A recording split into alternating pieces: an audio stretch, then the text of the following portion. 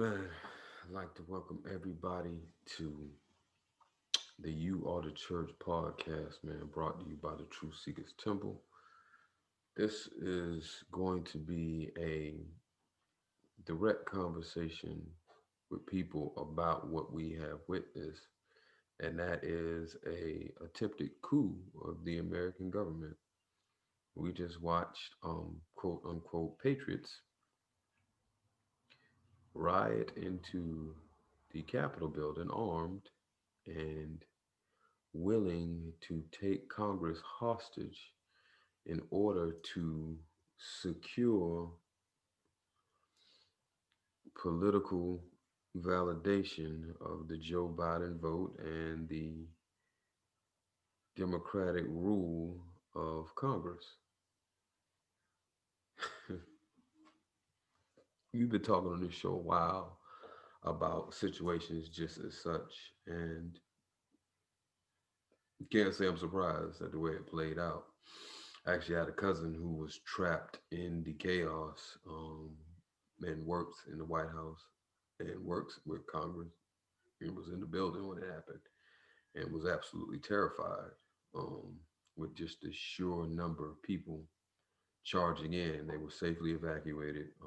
They were not taken hostage and didn't have to worry about anything, thank God. But to be in that situation, God bless that, it didn't end any worse than it could have.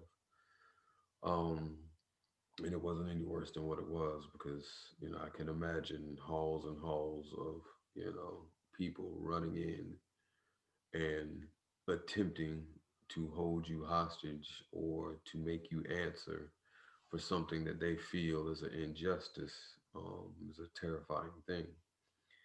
But a few key things that, just in briefly reading, it wasn't there when it happened, but just reading about it,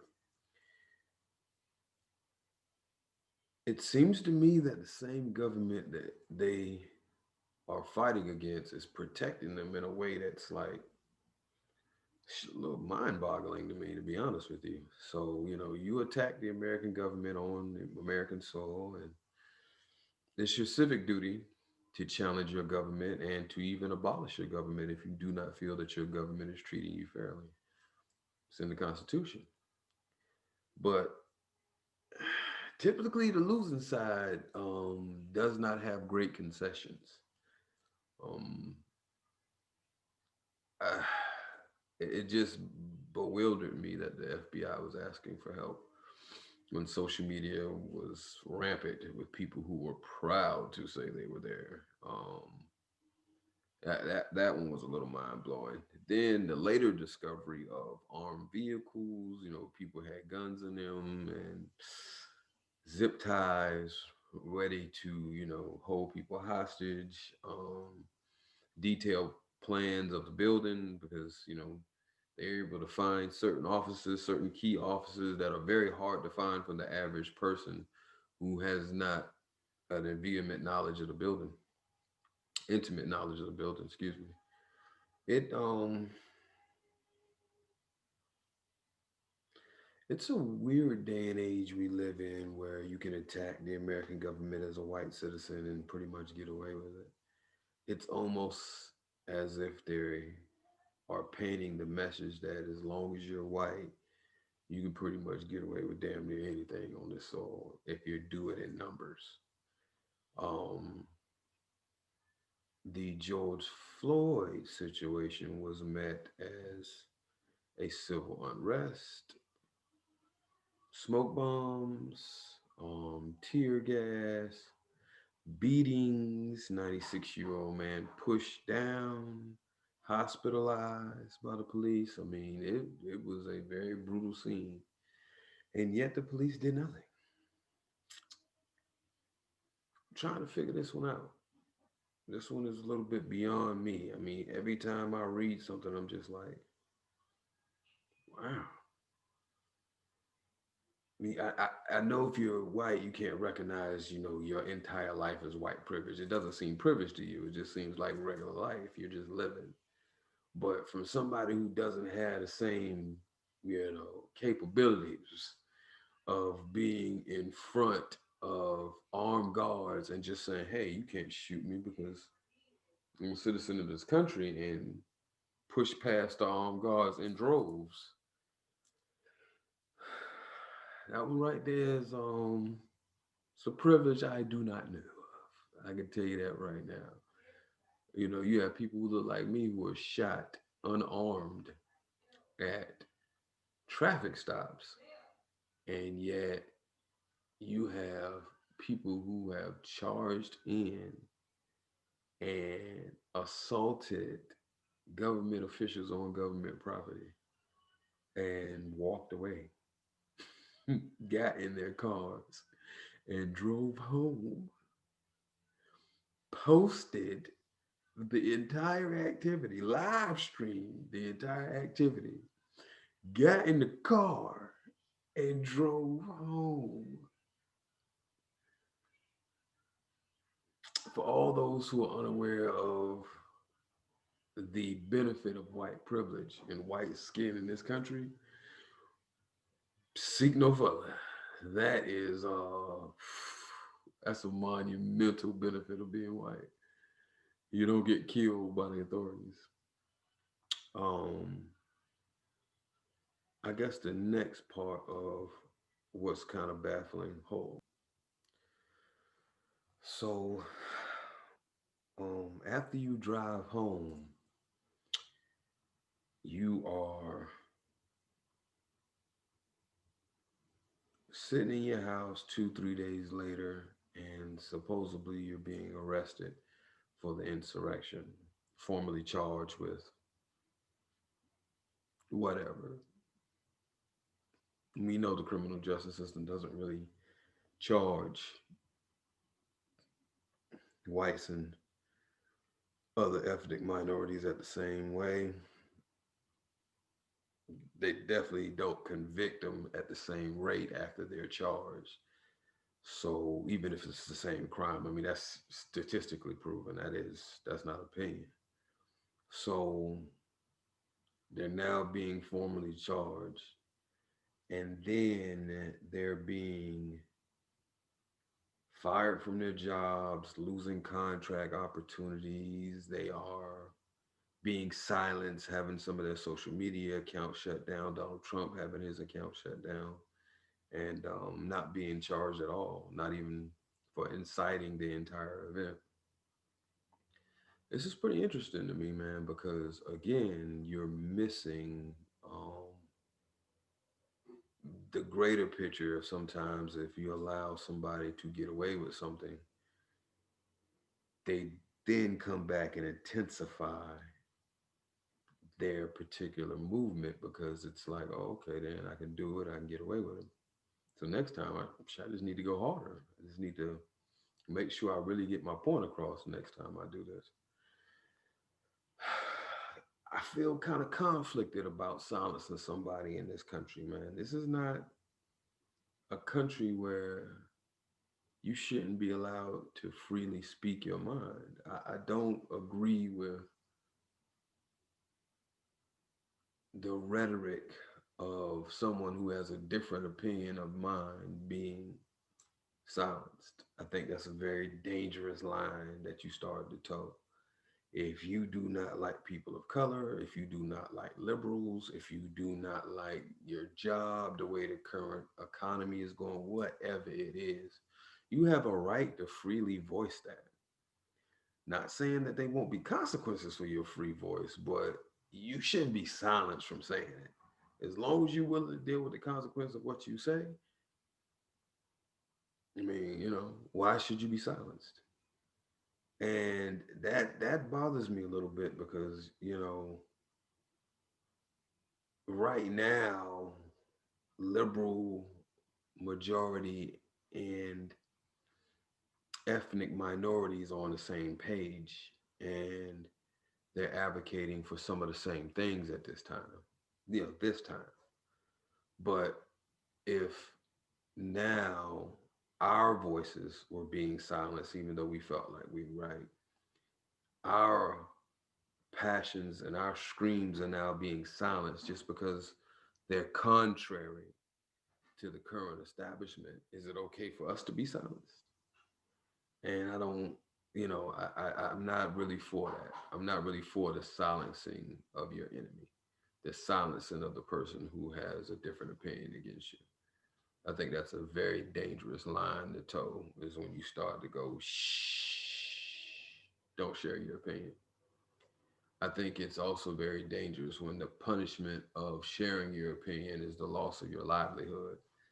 Um, a lot of people, a lot of brothers, argue with me all the time. It happened to Colin Kaepernick. I mean, yeah, you shared his opinion about how the people was being racist against us, and he lost his job, got kicked out of the league. I don't agree with that. Definitely don't think that should happen to him. It doesn't matter if you're for or against me. If you speak in your opinion, the consequences of speaking your opinion should be just an intelligent debate. It should be a call to action if I recognize that I'm wrong, and if I feel like I'm not wrong, then we just need to have a conversation about it. But I can't stop you from feeling how you feel, and nor should I try to dissuade you from sharing your feelings. I think it's a good time to self-reflect when somebody doesn't feel the way you feel. And I think we've lost the art of being able to appreciate an opinion that is different from ours. And that's a very scary thing. It's a very, very terrible day when somebody who feels differently from me can't express it without possibly losing their livelihood. If you are to the point where you're willing to rush into a Capitol building and kidnap or hold hostage or make people answer for whatever the outcome of that may have been, the injustices that you feel like you have been receiving, or the wrongs that you felt like have been inflicted upon you, I think we have a bigger problem. I think we have a very, very interesting group of people here who felt like their voices haven't been heard, their votes were not counted, and what they did is terrifying and as shocking as it was. It was the natural outcome of people who feel like they're oppressed. In a nation of laws, no one should buck. I get it. It keeps rich people safe, keeps poor people poor. It keeps an unfair balance of power because there's no one to challenge the injustices. There's no one to check the injustices. You're asking somebody who perpetrates a crime to punish themselves. Yeah, I mean, that's not realistic. But when the people who have been disenfranchised and who have been inflicted upon great shame and anger and years of being mistreated now ask for justice, they're probably going to get a little bit rowdy and a little bit upset and a little bit what you would call insurrections. This one right here was one that didn't shock or amaze or surprise, I think, anybody who really has been following just the ebb and flow where we are in this country. And you can blame it on Donald Trump all you want, but Donald Trump just shed light on something that has always been here. And that is a class system that is very, very, very divisive, but also a political system that has completely and utterly undermined the voices of the people that is supposed to be served. And to watch people get so angry that they would drive five, 600, 700 miles on a work day to go to the Capitol and to freely express that outrage, it just lets you know that it ain't no fun when you become the minority in this country. Because when your voice is considered the minor voice in a country where majority rules, it doesn't mean that majority is accepted. It means that you have an oppressed and unheard base of minorities. And that suppressed and unheard base is growing with anger and outrage day after day. A lot of people don't necessarily feel that that is the group who attacked the Capitol building. A lot of people feel that they were just, upset that they felt like the election has been stolen because Trump told them for months, even before the election was occurring, that they were going to try to steal the election. And the seed was planted that they were stealing the election. So it was just a big question mark about Biden winning anyway. I can appreciate that perspective. But if you look at the level of anger that was associated with the acts, not the fact that we want justice, not the fact that um, we want the vote counted. You call yourself patriots. You say you are the true sons and daughters of USA. You say you are here to take back your democracy and your republic from those who have now seized it from you. And you represent a body of people who feel like they're the Puritans of the American government. And you subvert a system that was put in place to keep you from manipulating votes, by saying that the current system is manipulating the votes.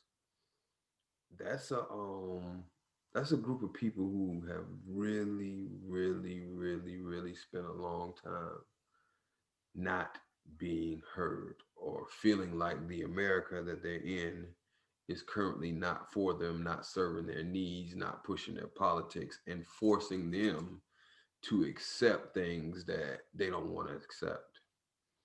And that's an uncomfortable position. I mean, I can appreciate it. There are a lot of laws that come out. There are a lot of things that are passed, and I just go, how's that helping the little guy?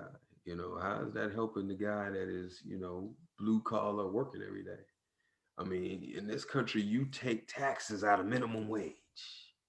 The least amount I can legally pay you. I mean, you're making, it's not even enough to survive. Minimum wage hasn't kept pace with American inflation in over 60 years. So I know it's not enough to survive. And I tax that shit anyway. So, I mean, I get, putting laws in place like a $15 minimum wage. I get how that can destroy smaller companies. I mean, just completely obliterate them. I get how it can destroy manufacturing climates. I mean, if you're in a state like South Carolina, like where we are, where it has been dirt, poor, cheap, uneducated labor from as long as European rule has existed down here, that's your bread and butter. I mean, that's all you really have to offer other than tourism. If I can't get cheap agricultural and manufacturing labor, then the numbers just don't add up. And the fear of people now forcing you to do things that are not in your own best interest, excuse me, but are also things that could destroy your very livelihood. I mean, to raise up and to be upset against those things is fair. But those same people, I just asked them to turn back and look at the George Floyd protests all across the world and go, I'm not advocating for the same things or the same purpose, but I am advocating in the same way because I feel like I've been wronged. And I feel like these injustices are just something I can no longer stand for. And to see what happened at the Capitol building, I mean, it was just like, wow, this is this is what it feels like when you feel like somebody has wronged you and you want to now seek remedy for that wrong as a white person, because you're not getting beat, not getting shot. There was nobody hung from trees after protests. People got home safely. There was some deaths that occurred from people who were, pressing and attacking guards, and guards fired and, attacked back. But what I realized also is when a white man with a gun sees another white man with an issue, he sees himself. He sees a brother. He sees a countryman. And in that, he can resist the urge to take his life. He can resist the so-called law put in place for him to enforce, because he now is empathetic. He can seek that space that every black man in this country, every Hispanic man in this country asks for when they are being oppressed, arrested, detained, whatever. And that's just simply the benefit of the doubt. Those people came with an agenda, and the fact that a lot of the guards were not, properly equipped, even though they knew they were coming, the fact that a lot of the guards had no way to defend themselves, no real support, no National Guard presence to stop the the protesters from getting out of hand. It just That's the privilege of being white in America. Just recognize it, just understand it, and for right or wrong, people have a right to be angry and to voice that anger. And if you feel like you are in the right to wage war against your oppressors, this country was founded on exactly what happened at that Capitol building. The Civil War was exactly what happened at that Capitol building. And people may not believe that this country could have another war, internal war, another civil war. But, we'll see how far we've grown, because looking at what happened at the Capitol building, it seems like we're already in one. And that was just the first battle. We'll see how it goes. I think the American government was afraid to immediately charge and sentence any of those people with treason, because they're afraid of what white Americans who feel the exact same way as these people were detained would be willing to do. I think they are afraid of kicking off another civil war, and that's why you won't really see these people be detained and, charged with the proper term, and that's treason, and put to death, because that would start an insurrection that America's just not in a position to face right now. The last thing America needs, on top of George Floyd, Corona, financial instability, low mortgage rates, new transition of power, is a white underclass, angry, upset, feeling cheated, and now watching their countrymen be put to death by the same government officials that they didn't want in the White House in the first place. That, my friend, would probably be checkmate on this country. So it'd be too divided to ever heal. So I think right now we're going to stay in a holding pattern and just kind of watch what happens. Um, just kind of see what happens. I mean, if you look at the leader, Grandmaster Jay, being arrested, thrown in federal lockup with no violence. Yo, these cats hadn't raided anything, shot anybody, hurt anybody. Just simply defending black people at their protests and making sure nothing gets out of hand. If you see how he's been treated with no violence whatsoever,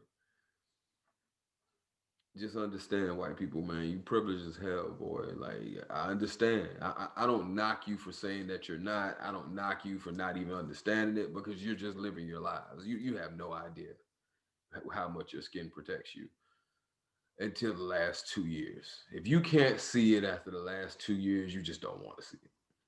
I understand you've probably been able to be very oblivious to it, But over the last 2 years, man, the entire Trump presidency for some. I mean, I've talked to people, good white folks, man, folks I know, and who were hardcore Republicans since the days of their granddaddy, who honestly came out and said, I can no longer support the Republican Party. I can't do it. I'm not a Democrat. I just have to vote as an independent, and my politics will just be independent from now on. But what the Republican Party has become is not what my ancestors believed in. It's not what I believe in. And I now realize that, man, there are benefits to my skin that I never paid attention to. Never really looked at as benefits. I mean, I work just as hard as any other man. My father didn't have no silver spoon in his mouth. And I always felt like, the term the term white privilege and the so-called slavery tale was just like a cop out for lazy people that were black. But now I realize, like, wow, like we have it better than we know. And there's no reason for any man to be treated the way George Floyd was treated. And that wake up call and that conversation created a lot of healing and a lot of change of minds and hearts between everybody who was in that room that day, everybody who heard that conversation. And now moving forward, I hope that what happened at the Capitol building doesn't become another reason to point fingers and go, hey, see, this is these damn Trump supporters. I hope at some point we can go, okay, they were upset, they felt cheated, they felt wronged, and they rioted. They lost some. They lost control. Not everybody went out there for that reason. There were some people who just went out there to simply voice how disgusted they were with what they feel like our political process has become. I get it. I get it. But I don't want to look at somebody who has a different opinion of me as the automatic enemy, and I don't want to assume that their point isn't valid. And I think that our leadership, the current leadership, the Trump administration, has used the celebrity status of the presidency to create hatred, insurrection, and a very, very manipulative force of people who are now leveraging that unheard and unvoiced hatred for our political system in the hands of white folks to create a divide. And I just want people just to be aware of it. Just because they're white and they're bucking on the system doesn't mean that they're bucking against you. And black folks have a real eternal problem of, number one, wanting to defend the Democratic Party like they are the end all be all for black folks. And then number two, looking at white folks getting upset and going, nah, nah, the boo boo. Now you know how we feel. I think we should be very, very, very careful about watching somebody's rights, whether they agree with us or not, be pulled from them, because that is the same position we find ourselves in. And if your enemy is experiencing the same problems that you're probably experiencing, last time I checked, the enemy of my enemy is probably my ally. So, food for thought, man. I hope you guys have a blessed one, man. Take care of yourselves, take care of your families, man, and stay woke, man. Keep your eyes open, because when white people who are poor and just as disenfranchised as some blacks start losing their rights and start losing their privileges, shit gonna get real. So, we talked about it on plenty of episodes here. We talked about it on plenty of shows. We forecasted this happening. And It don't really surprise anybody who has their eyes open, who understands how the system works, and who understands how an oppressed minority will buck on an oppressive majority. It's the way of the world, man. So peace to everybody, man. Good night. One love.